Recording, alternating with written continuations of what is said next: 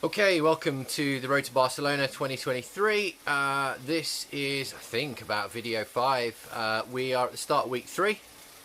It's Tuesday, and I'm just on the turbo, doing a 5-minute warm-up for my my first session of the week. As per last week, Mondays are always rest days. After I've had a fairly heavy weekend, it's good to have a rest day, just to recover properly, to get my life admin in order, to kick off the week at work in a good way. So that always sets me up well. So this week is week 3. Normally when I'm preparing for a season, I'll work in 4-week cycles. So the first 3 weeks are build weeks, so the volume and the intensity throughout the course of those 3 weeks builds up slowly. Typically 10% more volume each week, or a little bit more intensity each week, not both at the same time. So that's the 3 weeks, and then the 4th week is always a recovery week. That doesn't mean we don't do anything. Typically try and keep the same workout pattern through that 4th week.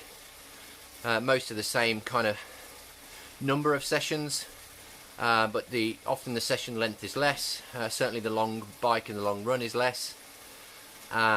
Probably typically sort of 25-30% less, and there's a focus on just easy sessions during the majority of that week. So it's 3 weeks build, 1 week recover, and then 3 weeks build, 1 week recover, in a pattern as we go forward.